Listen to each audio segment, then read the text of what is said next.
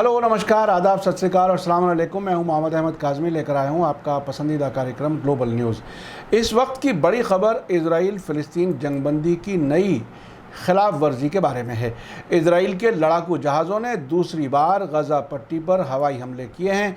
उसका कहना है कि गज़ा की तरफ से आग लगाने वाले गुब्बारों से हमले किए जाने के जवाब में उसने हमास के ठिकानों पर हमलों की कार्रवाई की है। साथ ही खबर है कि आज सुबह हमास ने इजराइल के एक ड्रोन को मार गिराया है। रॉयटर्स न्यूज़ एजेंसी ने ज़मीन पर मौजूद फ़िलिस्तीनी सोर्सेज के हवाले से कहा है कि इजरायली मिसाइलों ने कल थर्सडे को गाज़ा शहर के नॉर्थ वेस्ट में और बैत लाहिया के नॉर्थ में फ़िलिस्तीनी हथियारबंद ग्रुप्स के कई ठिकानों को निशाना बनाया है। इसके अलावा गज़ा के नॉर्थ इलाके के जबलिया के पूरब में सिविल एडमिनिस्ट्रेशन की एक इमारत पर भी हमला किया गया है। गज़ा के साउथ के इलाके में खान यूनुस के पूरब में खेती की ज़मीन पर भी हमला किया गया है। हवाई हमलों के बाद गज़ा पर हुकूमत करने वाले ग्रुप हमास के स्पोक्सपर्सन फौजी बरहम ने अपने बयान में कहा है कि रेजिस्टेंस के ठिकानों पर इजरायली बमबारी नई इजरायली सरकार के ज़रिए ताकत दिखाने का शो है। उनका इशारा इजराइल के नए प्राइम मिनिस्टर नफ्ताली बेनेट की तरफ था, जिन्होंने पिछले संडे को ही ओहदा संभाला है। बयान में कहा गया है कि रेजिस्टेंस अपने लोगों और पाक मकामात की हिफाजत के लिए हमेशा तैयार रहेगा। इसी बीच हमास के अल अक्सा टीवी चैनल ने खबर दी है कि आज सुबह गाज़ा शहर के वेस्ट में एक इजरायली ड्रोन को मार गिराया गया है। हमास के ज़रिए इजराइल की तरफ भारी मशीन गनों से गोलियां चलाने की भी खबरें आई हैं, जिससे इजराइल में हवाई हमले के सायरन बजने लगे। साबरीन न्यूज़ वेबसाइट की रिपोर्ट के मुताबिक आज फ्राइडे सुबह सवेरे फ़िलिस्तीनी रेजिस्टेंस फोर्सेस ने गाज़ा के वेस्ट में एक इजरायली ड्रोन जहाज़ मार गिराया है। शहाब न्यूज़ एजेंसी का कहना है कि बैत लाहिया के इलाके में रेजिस्टेंस लड़ाकों ने इस ड्रोन को निशाना बनाया है। उधर इजरायली मीडिया ने बताया है कि उसकी फ़ौज ने हमास के ज़रिए आग लगाने वाले गुब्बारों से किए गए हमलों के जवाब में गज़ा के अंदर हमास के ठिकानों पर हमले किए हैं।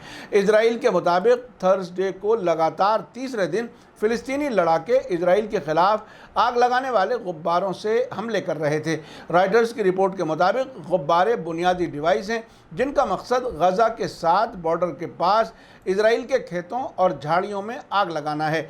इजरायली फ़ौज ने अपने बयान में कहा है कि वो हमास की फ़ौजी सलाहियतों और इंफ्रास्ट्रक्चर को तबाह करना जारी रखेंगे और गज़ा पट्टी में जो कुछ हो रहा है उसके लिए उसे जिम्मेदार ठहराएंगे। इसी बीच थर्सडे को ही अमेरिकी फ़ॉरेन मिनिस्टर एंटनी ब्लिंकन ने इजराइल के फ़ॉरेन मिनिस्टर यायर लैपिड के साथ सिक्योरिटी मामलात और इजराइल और इलाके के लिए चल रही चुनौतियों पर बात की। अमेरिकी फ़ॉरेन मिनिस्ट्री के स्पोक्सपर्सन नेड प्राइस ने एक बयान में कहा है कि ब्लिंकन ने इजराइल की हिफाजत के लिए अमेरिकी मजबूत इरादे को दोहराया, साथ ही दो तरफ़ा ताल्लुकात की अहमियत और इजराइल फ़िलिस्तीनी ताल्लुकात को प्रैक्टिकल तरीक़ों से सुधारने की ज़रूरत पर जोर दिया। यहाँ ये समझना ज़रूरी है कि जब भी अमेरिका या इजराइल फ़िलिस्तीन से ताल्लुकात बेहतर करने की बात करते हैं तो वो फ़िलिस्तीनी मुनाफिक लीडर महमूद अब्बास की फ़िलिस्तीनी अथॉरिटी के बारे में ही बात करते हैं। वो उन फ़िलिस्तीनी ग्रुप से बात नहीं करते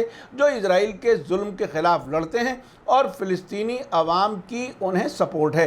हालिया जंग गज़ा के रेजिस्टेंस ग्रुप्स हमास और जिहाद इस्लामी जैसे ग्रुप्स से ही हो रही थी और अमन की बात महमूद अब्बास से करने का ड्रामा हो रहा था।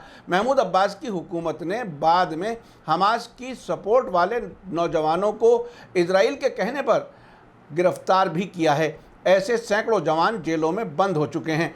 हाल ही में इजराइल में हुकूमत बदलने से पहले इजराइल के डिफेंस मिनिस्टर बेनी गैंट्स ने अमेरिका से कहा था कि फ़िलिस्तीनी अथॉरिटी को मजबूत करना ज़रूरी है। यानी यह मुमकिन ही नहीं है कि कोई भी दुश्मन अपने दुश्मन को मजबूत करना चाहता हो। असल में ये महमूद अब्बास और उन जैसे लोग इजराइल के ही एजेंट हैं और इजराइल उन्हें मजबूत देखना चाहता है। आपको याद दिला दूं कि 10 मई से 21 मई तक इजराइल और गज़ा में हमास और जिहाद इस्लामी के बीच हुई जंग के दौरान इजरायली बमबारी के नतीजे में 66 बच्चों समेत कम से कम 257 फ़िलिस्तीनी मारे गए थे। गज़ा से इजराइल की तरफ तकरीबन 4,500 रॉकेट दागे गए थे।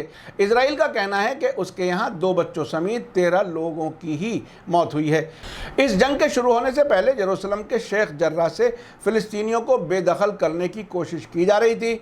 उसके अलावा जुमा अलविदा और लैलतुल कद्र के मौके पर इजरायली सिक्योरिटी फोर्सेज ने मस्जिद अल अक्सा में फ़िलिस्तीनी नमाजियों पर हमले किए थे। आखिर में आप बताइए कि क्या मौजूदा हालात में इजराइल फ़िलिस्तीन जंग फिर से दोहराई जाएगी? आप अपनी राय कमेंट्स में लिख सकते हैं। आखिर में आपको याद दिला दूं कि अगर आपने अभी तक media star world YouTube channel subscribe नहीं किया हो तो सब्सक्राइब कर लें और घंटी दबाना ना भूलें। और अगर हमें आप फेसबुक पर देख रहे हैं तो हमारे पेज को लाइक करें ताकि आपको हमारी हर नई वीडियो की खबर सही वक्त पर मिल सके। इसी के साथ मुझे दीजिए इजाज़त। ग्लोबल न्यूज़ का ये एपिसोड कैसा लगा कमेंट्स में ज़रूर लिखें। थैंक यू, धन्यवाद, शुक्रिया। जय भारत, जय हिंद।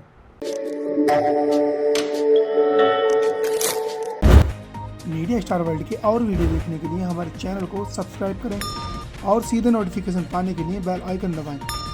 और अगर हमारी खबर सच्ची और अच्छी लगे तो अपने व्हाट्सएप, इंस्टाग्राम, फेसबुक और ट्विटर अकाउंट पर ज़रूर शेयर करें।